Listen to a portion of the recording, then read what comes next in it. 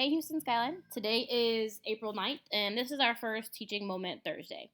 These teaching moments will vary from specific to general volleyball topics and skills, and will also include some drills you can do at home. Today we're going to talk through some aspects of blocking. We're going to cover footwork, hand positioning, the differences between the types of footwork discussed, and also some drills you can do at home to work on your blocking.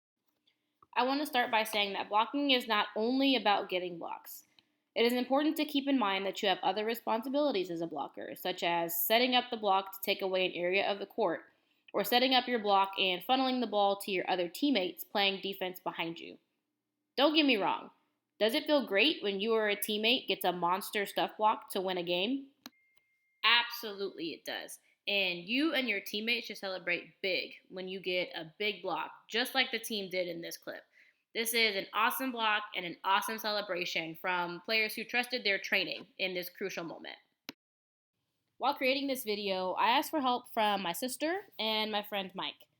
Neither of them has played volleyball competitively, so it was great for them to learn the do's and don'ts of blocking. They learned something new and how hard it is to block correctly. With that said, you can do these drills with members of your household, if they're up for it, and talk them through the steps. If you can teach it, that means you have a good grasp of the concept, which makes it much easier to self-correct when you do it yourself. It is also a great opportunity to get outside and be active together. If you do try to teach someone, let us see and post it on social media and use the hashtag #TheFamilyThatBlocksTogether. First, let's start with the footwork for a traditional three-step block. There are 3 parts to the traditional 3-step. First, take a step. Second, cross over.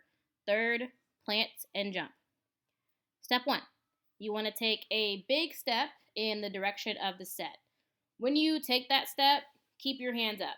You're wanting to take a positive step toward the ball with the correct foot. So, for example, if you're moving to your right, step with the right foot first.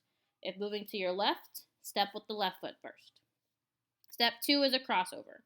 When you're taking this step, you want to keep your shoulders facing forward or facing toward the net, and you're crossing over with that opposite foot. So if you take a step with your right foot, you're crossing over with the left foot.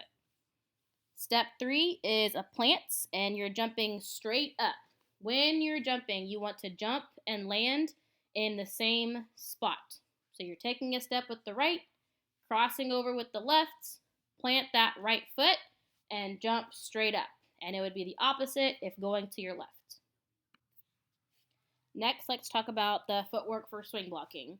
You want to use swing blocking in certain situations. For example, you may not want to swing block on a faster tempo set, like a 1 or an A, and you only want to progress to swing blocking once you have control of your body and you have the traditional 3-step footwork down and mastered. Step 1 is a jab, and your arms are going to drop. You're taking a step in the direction of the set and dropping your hands. This is a small first step in the direction of the set. Your foot is going to be open to the hitter, and your shoulders turn to face the hitter, not the net. Step 2, you're crossing over and your arms are going back. This step is open to the hitter. Your arms swing back and shoulders are still open and facing toward the hitter, and again, not facing toward the net. Step 3 is a closed step. Your arms are coming in tight and over the net. You want to finish toward the hitter and be explosive with jumping up. You're bringing your arms in tight and pressing over the net. Step 4 is your landing. You want to land as much as you can in a loaded squat position. Now that we have talked through 2 different kinds of footwork, let's discuss some of the differences between swing blocking and traditional blocking. With any difference in technique for the same skill, there are benefits to using either technique in certain situations when it is appropriate to use one over the other. The first difference with the 2 kinds of blocking is your first step. With traditional blocking, your first step is big, but with swing blocking, the first step is small, or a jab step, and that step is open toward the hitter. The second difference is your shoulders. With traditional blocking, your shoulders stay faced forward or square to the net, but with swing blocking, your shoulders open to face the hitter and away from the net a bit. The last difference we will talk about is the movement itself of both kinds of blocking. With traditional blocking, you want to get set in a spot, start your jump, and land in that same spot, and you're not reaching out to your sides. You keep your hands high when traditional blocking. When swing blocking, you can be more dynamic and make adjustments mid approach or in the air. You don't necessarily have to start in one spot and land in that same spot as you're doing a more dynamic move. When swing blocking, your hands will drop and your arms will come back behind you. Now that we've talked through the footwork for swing blocking and the traditional three-step, we're going to talk through some drills that you can do at home to work on your blocking footwork. These can be done against a garage, a wall outside, or even a wall inside if your parents are all right with that. When you start these drills, do them without jumping. So the focus is the steps and doing them correctly, and then add in a jump once you see and feel like you're ready to add that in.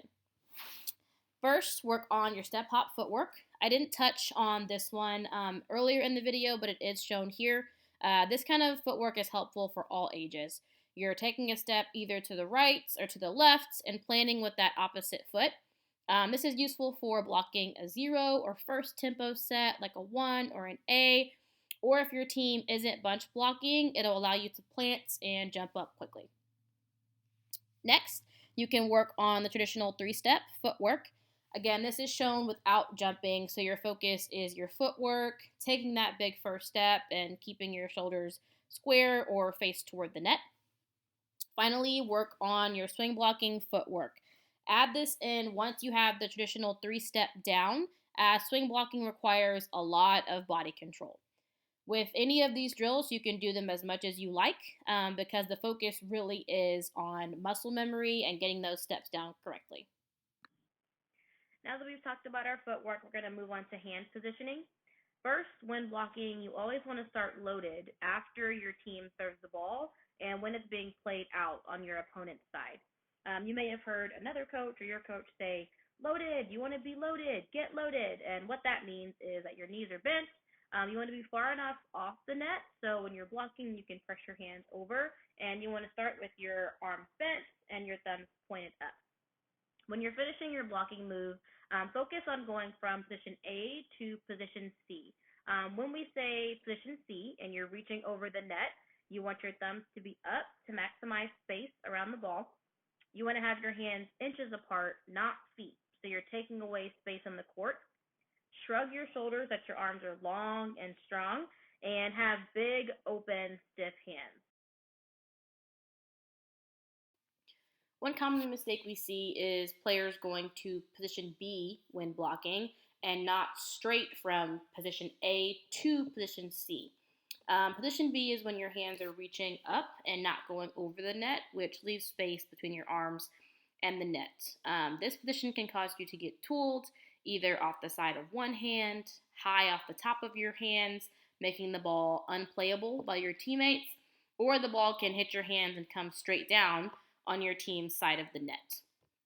We're going to go through some drills you can use to work on your hand positioning. This can be done either on your own or with the help of a friend or member of your household. This first drill is focused on hand positioning and keeping your hands inches, not feet apart.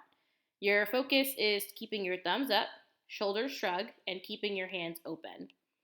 To get this drill done, you'll just need a shoelace. Get a family member or friend to tie the shoelace around your wrists. Make sure it's not too wide or too narrow. If you want to work on the positioning by yourself, put the tied shoelace around your wrists and simply press up against the wall.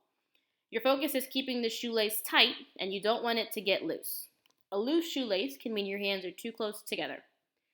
When you first start, keep some space from the wall so you can really focus on going to position C and not to B, where you're reaching straight up. With this, you can do as many repetitions as you like, as the focus is creating good muscle memory. You can also work on this hand positioning with a friend or member of your household. Have them hold out an item in front of you. For this drill, I'm using old Christmas wrapping paper, which I found in a closet, but you can use any long item that can simulate the top of the net. Your partner will hold the item out in front of you with the shoelaces being on your wrists. You are working on starting in position A and getting to position C to go over the item. To end, we're going to show you how you can work on both footwork and hand positioning at the same time at home. As with the drills before, these can be done against your garage or wall. You will be doing repetitions of the different footwork patterns, but the shoelaces will be on your wrists. You want to start out with the step hop footwork, focusing on doing the footwork correctly, but also keeping your shoelace tight. You want to make sure you're taking that big step and jumping straight up and down. Next, you'll move to the 3-step traditional footwork, focusing on a big first step and keeping your shoulders facing forward. Your shoelace should stay tight throughout the whole entire movement, and you want to make sure you're jumping straight up and down. You should be starting and landing in the same spot. You'll end with the swing blocking footwork. With this final footwork pattern, you won't be able to get your arms all the way back, which is totally fine because they're tied up with shoelaces. But when you do this footwork, make sure your focus is a small first step, that jab and drop. You want to face your shoulders away from the surface. And then when you're jumping, focus on pressing your hands to C when you're coming straight up to jump. This isn't shown in the video, but you would end with doing your footwork without the shoelaces. When you don't have those shoelaces on, you're working on putting everything together, keeping the focus on doing your footwork correctly and keeping your hands positioned in the correct spots as well, so you're strengthening your blocking muscle memory. Really get the most out of each rep so that you're reinforcing positive habits. You can also have someone film you or keep track yourself of a marker on the wall when you first start these. Work on these blocking movements as much as you can and have each time you do them, have a goal that you're going to jump higher, but do the movements correctly every time. There are many other aspects of blocking, but this video just touches on 2 things that you can work on at home. There are plenty of opportunities to look at blocking on your own as well. You can watch your own team's film, other teams' highlights on social media, and there are also volleyball matches being replayed right now on TV. If you have any questions about these concepts, please let me know. And if you have someone to film, feel free to take some videos and send them to your teammates, your coaches, or post them on your social media.